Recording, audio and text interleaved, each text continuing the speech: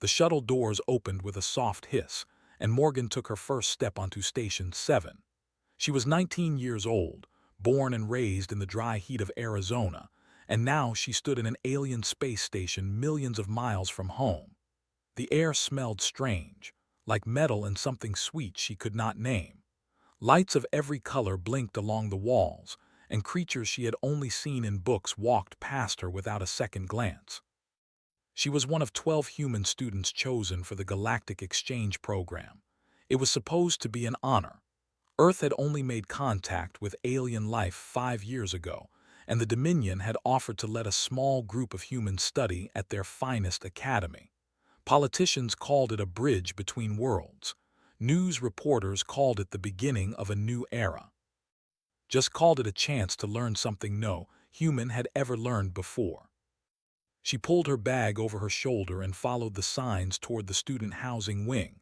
The corridors were wide and clean, built for beings much larger than her. She passed a group of students, tall and thin with gray skin and 6 arms each. They stopped talking when they saw her. Their dark eyes followed her as she walked by. Smiled and nodded at them. They did not smile back. She told herself it was normal. She was the stranger here. Of course they would stare. She would stare too if an alien showed up at her college back home. The housing wing was quieter. Her room was at the end of a long hallway, and the door slid open when she pressed her hand to the panel. Inside, she found 2 beds, 2 desks, and a window that looked out into the endless black of space. A girl sat on one of the beds, reading something on a glowing tablet. She looked up when entered. Were smaller than most aliens on the station, only a little taller than humans.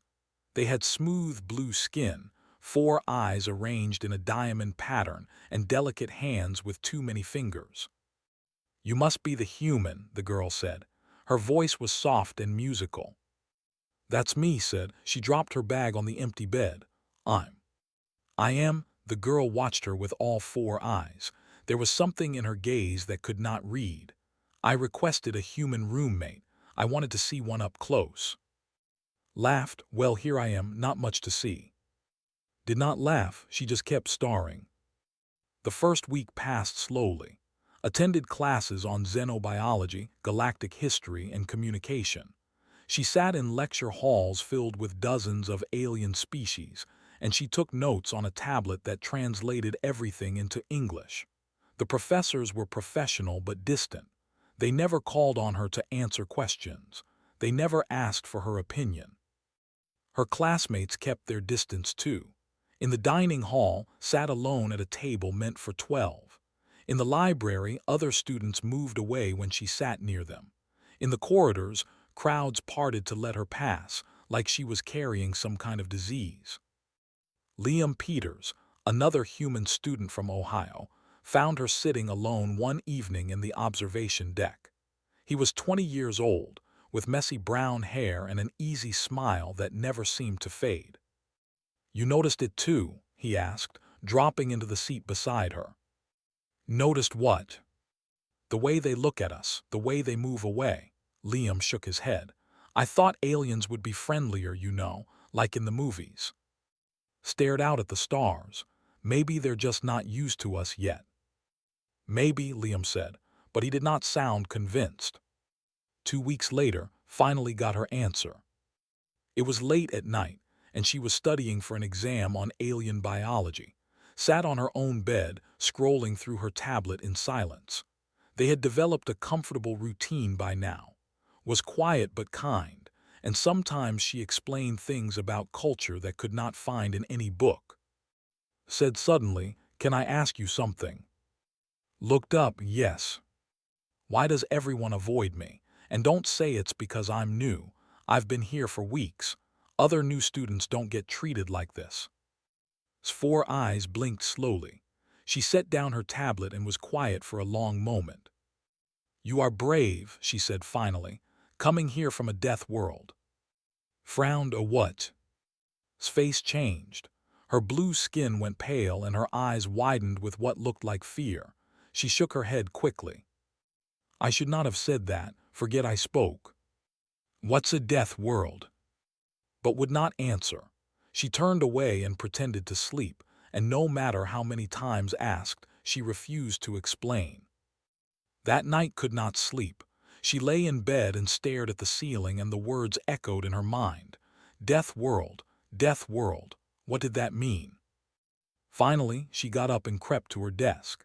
She opened her tablet and searched the station's public database for information about Earth. What she found made her blood run cold. Earth was classified as a Category 12 death world. The file described her home planet in terms that made it sound like a nightmare.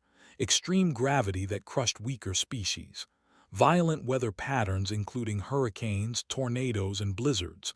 Predatory wildlife on every continent. Toxic atmosphere variations. Volcanic activity. Earthquakes. Floods. And then there was the section about humans. The dominant species of Earth, the file read, evolved through constant conflict. They are persistent predators capable of tracking prey across vast distances without rest. They consume substances toxic to most galactic life, including ethanol and capsaicin. They bond with dangerous animals and keep them as companions. They continue functioning after injuries that would kill other species. They have survived extinction-level events multiple times. Their history is marked by continuous warfare against each other and their environment. Threat level extreme, approach with caution. Sat back in her chair, her hands were shaking. The aliens on the station were not avoiding her because she was new. They were avoiding her because they were afraid. To them, she was not a student.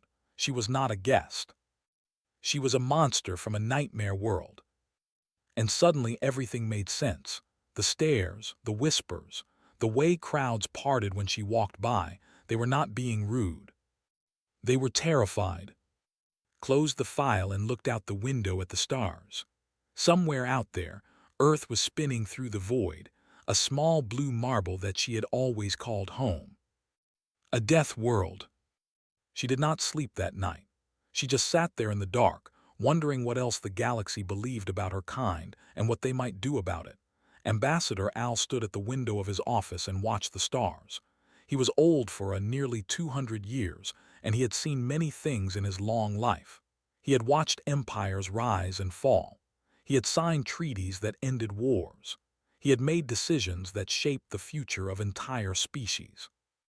But nothing had ever worried him like the humans. He turned away from the window and looked at the reports on his desk. 12 human students had arrived at Station 7 3 months ago. 12 small, fragile-looking creatures from a world that should have killed them long before they ever reached the stars. The reports told a troubling story. The humans were not struggling. They were thriving. They adapted to the station's environment within days. They required only 6 hours of sleep while other species needed 10 or 12. They ate foods that would poison them. They exercised in the station's high-gravity training rooms, rooms designed for the strongest species in the galaxy, and they did so for fun. One human, a male named Liam Peters, had broken his arm during a sport activity. The medical staff had been horrified. They expected him to require weeks of recovery and therapy.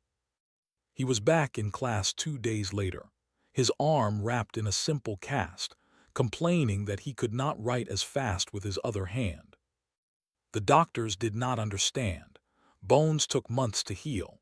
Human bones apparently knitted themselves back together like magic. But it was not the healing that frightened Al. It was not the strength or the endurance or the strange foods they ate without dying. It was the incident in the biology lab. He picked up the report and read it again, even though he had already memorized every word. 3 weeks ago, a containment unit in the biology department had failed. A Class 4 predator, a creature called a HFY, had escaped into the student wing. HFY were among the most dangerous animals in known space. They were fast, strong, and utterly without fear. A single HFY had once killed an entire security team before being brought down. When the alarm sounded, students fled in panic, screamed and ran, trampled each other trying to reach the exits. Professors hid in locked rooms and waited for security to arrive. But Morgan did not run. Security footage showed her standing in the corridor as the High charged toward her. She did not scream. She did not freeze. She simply picked up a metal stool from a nearby study area and waited. The High leaped at her with claws extended, swung the stool with both hands and struck the creature in the head. It fell. She hit it again, and again, and again. By the time security arrived, the High was dead, and Morgan was standing over its body, breathing hard but otherwise unharmed. "I'm sorry," she had said to the shocked security officers. "I made a mess. Do you need me to help clean it up?" Al set down the report and closed his eyes. The humans did not understand what they were. They did not see themselves as predators. They thought they were ordinary, unremarkable, just another species trying to find their place in the galaxy. But Al knew the truth. Humans were the most dangerous creatures the galaxy had ever encountered. They came from a world that bred killers. Every generation of humans had been forged in fire, shaped by predators and disease and war until only the strongest survived. And now they were here, walking the corridors of his station, sitting in classrooms beside species that could not possibly defend themselves against such monsters. He had to act. Al pressed a button on his desk, and a holographic screen appeared before him. He typed a code that only a handful of beings in the galaxy knew, and a face appeared on the screen. Commander was but not like the students on the station. He was a soldier, an assassin, the finest killer in 3 star systems. His gray skin was covered in scars and his 6 arms were thick with muscle. His eyes were cold and empty, like the void between stars. "Ambassador," said, his voice was like gravel, "it has been a long time." "I have a job for you," Al said. "A quiet job, no witnesses, no evidence." "Who is the target?" Al hesitated. He knew what he was about to do. He knew it was wrong. But he also knew that sometimes terrible things had to be done to protect the innocent. "A human," he said. "A female student named Morgan." His eyes narrowed. "A human from the death world." "Yes. That will cost extra." Al nodded. "Name your price." They discussed the details for several minutes. Payment, timeline, methods. Al wanted it to look like an accident, something that could be explained away, something that would not attract attention. "One more thing," Al said before ending the call. "She must not suffer, make it quick." Laughed, a harsh and ugly sound. "You want me to kill a death and you're worried about her comfort." "She is still a person, Commander. She did not choose to be born on that world. She did not choose to be what she is." "No," agreed, "but she is what she is, and that is reason enough." The screen went dark. Al stood alone in his office for a long time. He thought about the High, lying dead on the floor of the biology wing. He thought about the security footage, the way it had moved, the cold focus in her eyes as she killed a creature that would have torn any apart. He told himself he was doing the right thing. Humans were too dangerous. If they were allowed to spread through the galaxy, if they learned how the other species truly saw them, the consequences could be unimaginable. They might take offense. They might decide that the galaxy was their enemy. And what would happen then? What would happen when creatures from a death world decided to go to war? Al had read Earth's history. He had seen the records of their wars, their weapons, their capacity for destruction. Humans had nearly destroyed their own planet multiple times. They had split atoms and built bombs that could level cities. They had poisoned their air and water and still survived. If they turned that violence outward, the galaxy would burn. No, Al told himself. This was necessary. One human girl would die quietly in the night, and the rest would be sent home, and Earth would be quarantined, and the galaxy would be safe. He returned to his window and looked out at the stars. Somewhere on the station below, Morgan was sleeping peacefully, unaware that her death had already been ordered. Al hoped she would not wake up. he hoped would be quick and clean as promised. But deep in his heart, in a place he did not want to acknowledge, a small voice whispered a terrible question. What if she did wake up? What would a death do to the one who came to kill her? He pushed the thought away and tried to sleep, but sleep did not come easy that night, and when it finally did, his dreams were filled with fire. Commander arrived on Station 7 disguised as a maintenance worker. He wore plain clothes and carried a toolbox, and nobody looked twice at him as he walked through the corridors. He was just another face in the crowd, invisible and forgettable. That was how he liked it. He had been killing for nearly 50 years. He had ended the lives of politicians, generals, criminals, and kings. He had never failed a contract, and he did not intend to start now. But he was not foolish enough to underestimate his target.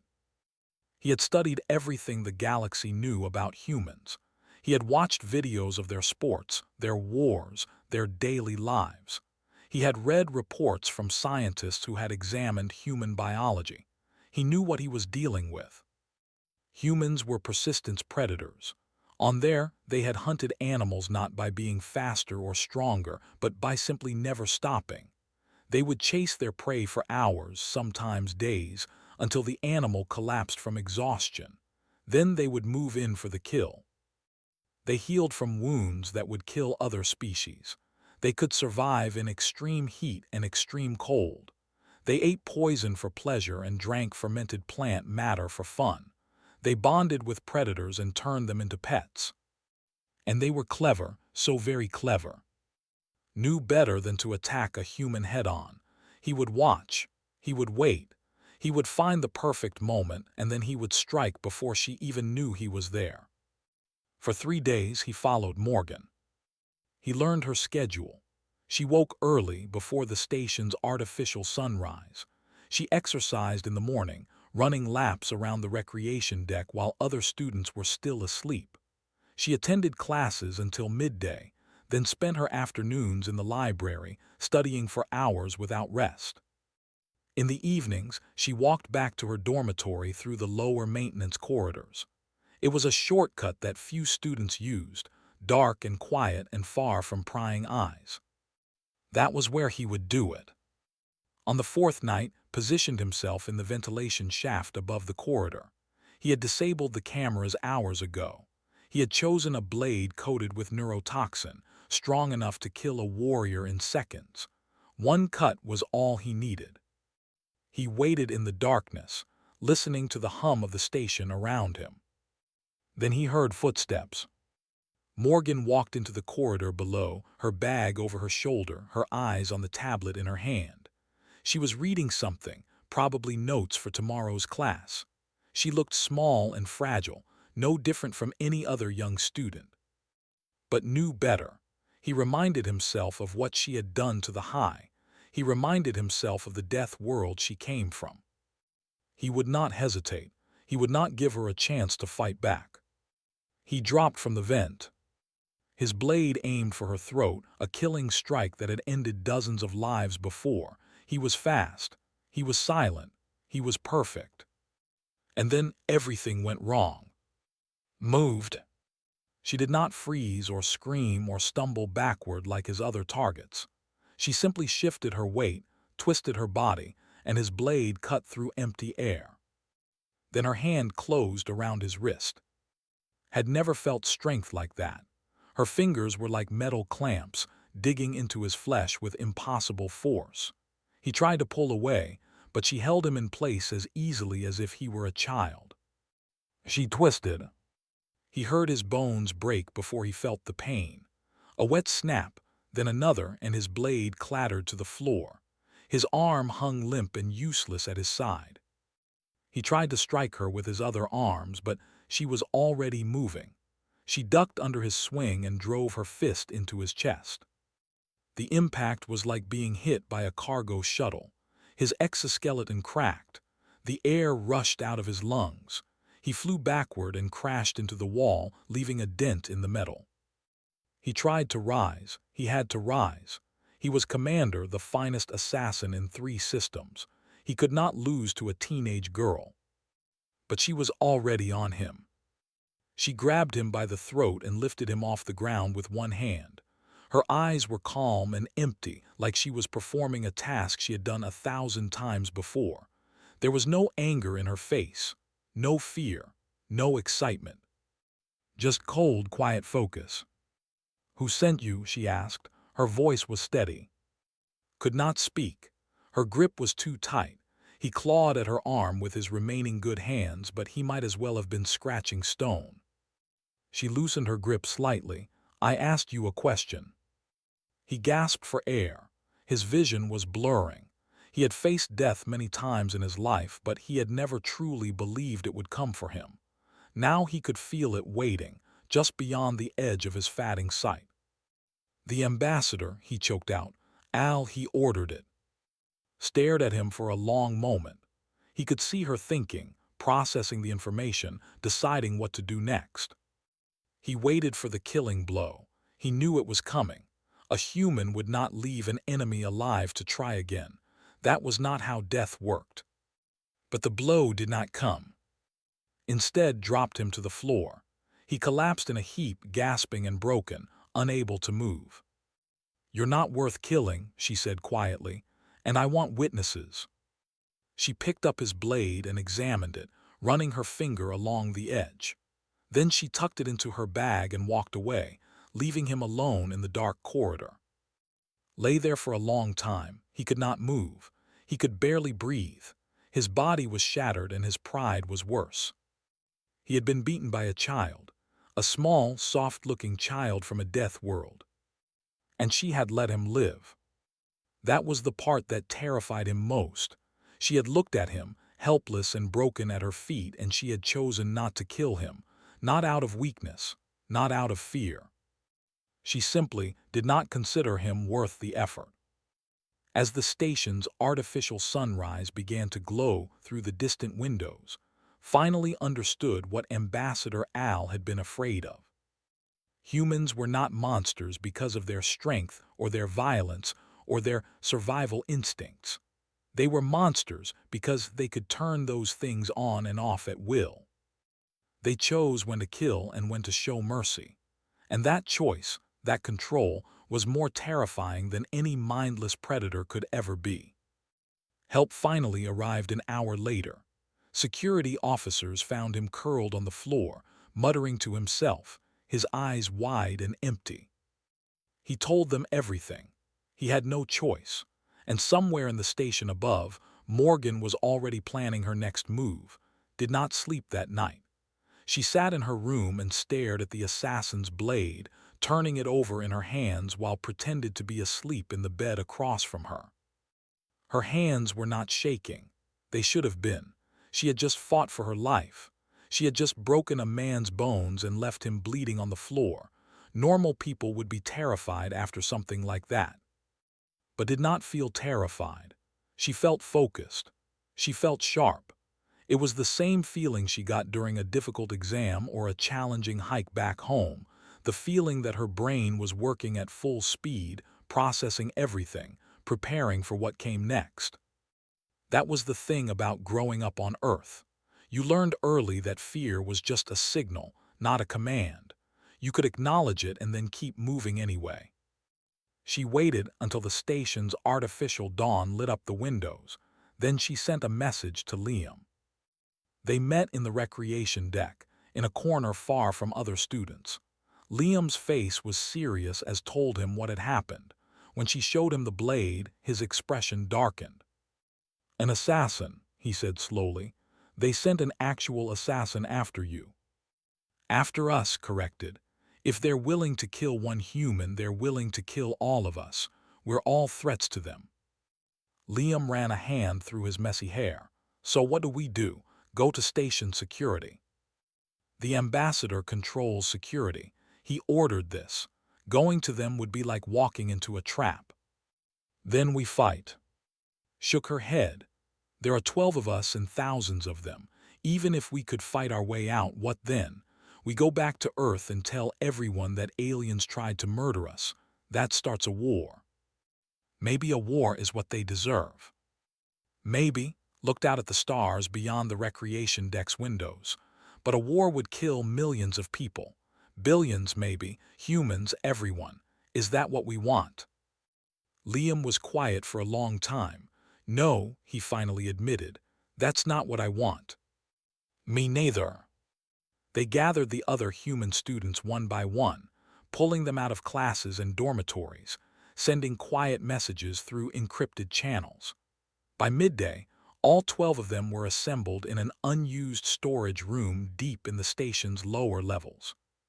Stood before them and told them everything: the Death World classification, the assassination attempt, Ambassador Al's role. The reactions varied. Some were angry, some were scared. A few looked like they wanted to punch holes in the walls. "This is insane," said a girl named Bate Collins, a pre-med student from Texas with red hair and freckles. "We came here to learn and they're trying to kill us." "They're afraid of us," said. "They think we're monsters." "Well, maybe we should show them what monsters really look like," said Danny Park, a computer science student from California. His hands were clenched into fists. "And then what?" asked calmly. "We prove them right. We give them exactly the reason they need to quarantine Earth forever, to bomb our planet from orbit before we can threaten them again." The room fell silent. "They have the technology to destroy us," continued. "Not just us here on this station, but everyone back home. Every city, every country, every person we've ever loved. If we give them a reason to fear us, they will use that technology. They will not hesitate." "So we just let them win?" Danny demanded. "We roll over and die?" "No, we do something worse," smiled, and there was something cold in her eyes. "We show them mercy." The other students looked at her like she had lost her mind. "Think about it," said. "They're afraid of us because they think we're violent killers. They think we solve every problem with our fists. So what happens if we don't? What happens if we prove that we're better than that?" "They won't believe us," Bates said. "They'll think it's a trick." "Maybe at first, but the truth has a way of spreading. And the truth is that humans have been choosing peace for thousands of years. We invented diplomacy. We created laws and courts and treaties. We built hospitals to heal our enemies and prisons to keep them alive instead of just killing them." She looked around the room at her fellow humans. They were young like her. They were scared like her. But they were also strong in ways the galaxy did not understand. "We came from a world that tried to kill us every single day," said. "And we didn't just survive, we built civilizations. We wrote poetry, we fell in love. We learned to forgive. That's what humans do. We take the worst that the universe throws at us and we turn it into something beautiful." The room was quiet. Could see them thinking, processing, deciding. "I have confession recorded on his personal device," she said. "Security found him and took him to the medical wing. By now, the whole station knows that the ambassador tried to have me killed. We can use that." "How?" Liam asked. "We demand a public tribunal. We force them to face what they did in front of the entire galaxy. And then, when they expect us to demand blood, we give them something else instead." "Like what?" Smiled. "The one thing they never expected from a death world: forgiveness." The debate lasted for hours. There were arguments and raised voices and moments when it seemed like the group would tear itself apart. But slowly, one by one, the human students came around to plan. They would not fight. They would not flee. They would stand before the galaxy and show everyone exactly what humans were made of. Not violence, not destruction, not the mindless aggression that the aliens expected. Strength, discipline, mercy.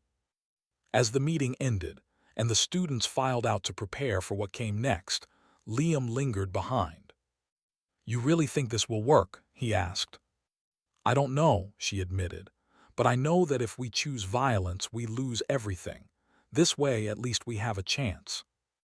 Liam nodded slowly.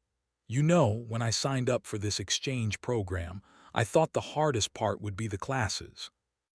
Laughed a short and tired sound. "Same." They walked out of the storage room together, two humans from a death world, heading toward a battle they intended to win without throwing a single punch. Behind them, the stars burned cold and bright, watching and waiting to see what would happen next. The tribunal chamber was the largest room on Station 7. It had been built to hold thousands, with curved walls that rose toward a domed ceiling painted with stars. Representatives from dozens of species filled the seats, their faces a blur of colors and shapes. Cameras floated in the air, broadcasting the proceedings to every corner of known space. Ambassador Al sat in the defendant's box, his blue skin pale and his four eyes fixed on the floor. Commander sat beside him, wrapped in medical bandages, his broken body held together by machines and willpower. Morgan stood at the center of the chamber, alone.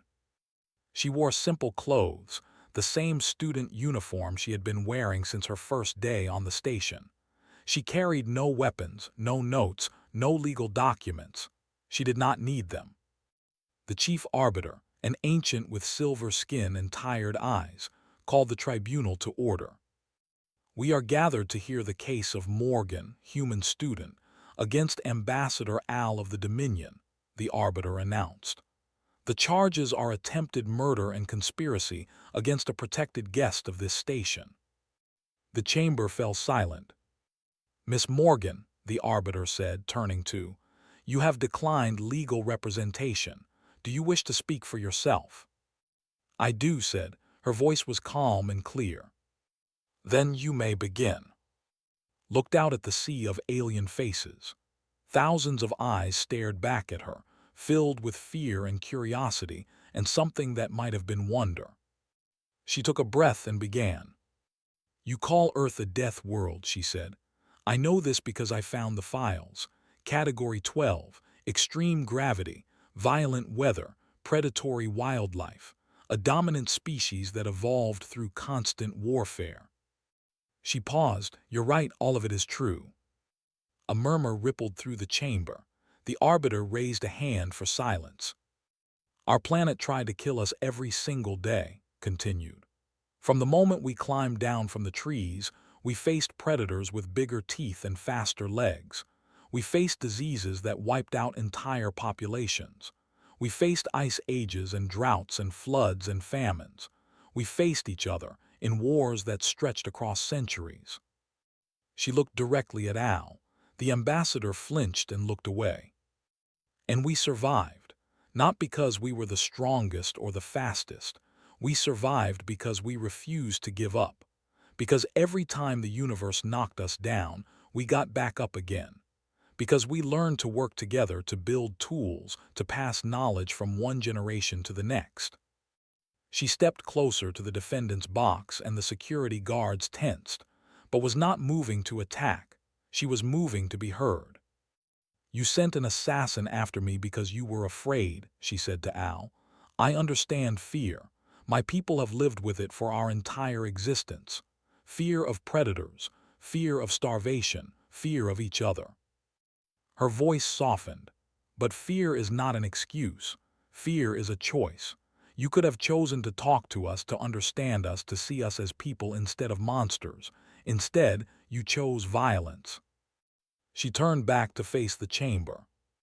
"I could choose violence too. It would be easy. I could demand the ambassador's execution. I could call for war against the Dominion. I could give you exactly the monster you expected, the savage death who solves every problem with blood." She shook her head slowly. "But that is not who I am. That is not who we are." She gestured toward the gallery, and the other 11 human students rose from their seats. They walked down the steps and joined her at the center of the chamber, standing shoulder to shoulder. "Look at us," said. "Really look at us. We are students. We are scientists and engineers and artists and dreamers. We came here to learn, to grow, to build bridges between our worlds. We did not come here to conquer. We did not come here to destroy." She turned to face the cameras, knowing that billions of beings across the galaxy were watching. "Yes, we come from a death world. Yes, our history is written in blood, but it is also written in poetry, in music, in art, in acts of kindness that no one ever recorded. For every war we have fought, there are 1,000 stories of strangers helping strangers, of enemies becoming friends, of people choosing love over hate. Her voice grew stronger. That is what you don't understand about humans. You see our capacity for violence and assume it defines us. But violence is just one tool in our kit, and we have learned, through centuries of terrible mistakes, that it is almost never the right one. She walked slowly toward Al. The ambassador trembled as she approached, his eyes wide with terror. Stopped in front of him. She looked at him for a long moment, and everyone in the chamber held their breath. Then she did something no one expected. She extended her hand. "Ambassador Al," she said quietly, "you tried to have me killed. You judged me and my entire species based on fear and ignorance. You nearly started a war that would have cost millions of lives." She kept her hand extended. "I forgive you." The chamber erupted. Aliens shouted and whispered and stared in disbelief. The arbiter called for order, but no one was listening. Al stared its hand like it was a live explosive. He did not understand. He could not understand. On his world, in his culture, mercy was weakness. Forgiveness was surrender. But did not waver. She stood there with her hand extended, patient and calm, waiting. Finally, after what felt like an eternity, Al reached out and took her hand. The chamber fell silent once more. "We are not monsters," said, loudly enough for everyone to hear. "We are humans. We were forged in hell, and we chose to become something better, not because it was easy, but because it was right." She released Al's hand and stepped back. "The galaxy fears us," she said. "Maybe it should. Not because of what we might do, but because of what we choose not to do. Every single day, billions of humans make the choice to be kind when cruelty would be easier, to forgive when revenge would feel good, to build when destruction would be faster." She looked around the chamber one last time. That is the truth about death worlds. They do not create monsters. They create survivors. And survivors know better than anyone that life is too precious to waste on hate. She turned and walked away, her 11 companions falling into step beside her. Behind them, the galaxy watched in stunned silence. They had expected a beast from a nightmare world. Instead, they had met something far more unsettling. A species that had every reason to be cruel and chose to be kind. Earth's children walked out of the tribunal chamber with their heads held high, leaving behind a galaxy that would never see them the same way again.